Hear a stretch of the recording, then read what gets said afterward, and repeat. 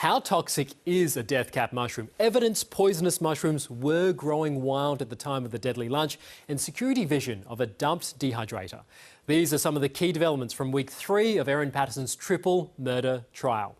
This is a death cap mushroom located and identified in South Gippsland in May 2023 near Erin Patterson's home of Leongatha.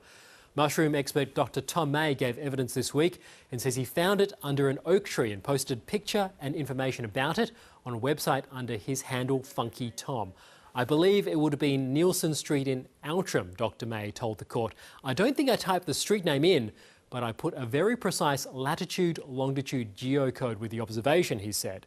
He told the court it was one of 3 reports of death caps growing in the region, including sightings in Morwell and Loch in early 2023.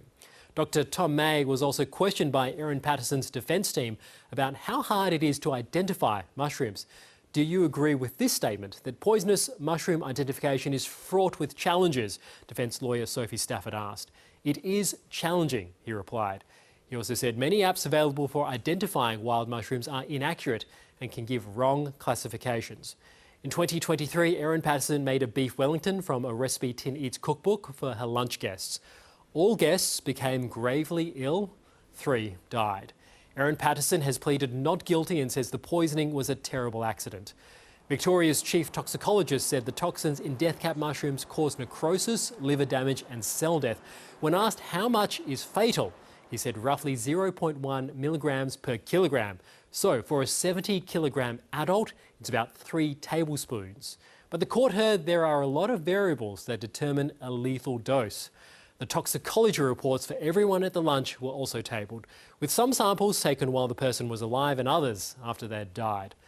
Donald Patterson tested positive for death cap toxins. Gail Patterson showed no death cap toxins. Heather Wilkinson also showed no toxins. Ian Wilkinson, the only guest that survived, tested positive. Erin Patterson tested negative, as did her children, who ate leftovers from the lunch.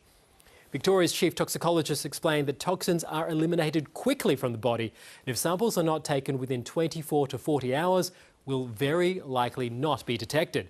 Leftovers from the lunch were found by investigators and sent for testing, and Dr. Camille Trong, a research scientist at the Royal Botanic Gardens, took the stand. I opened the package. I saw it was a food item which contained mushrooms inside, she said.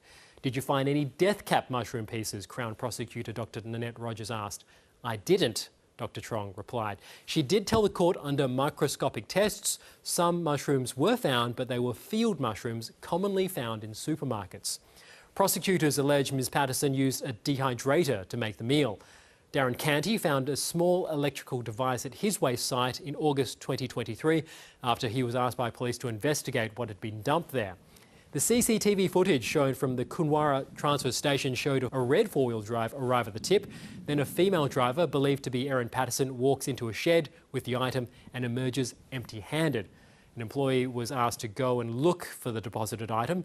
It looked kind of like a microwave dehydrator, Mr. Canty told the court.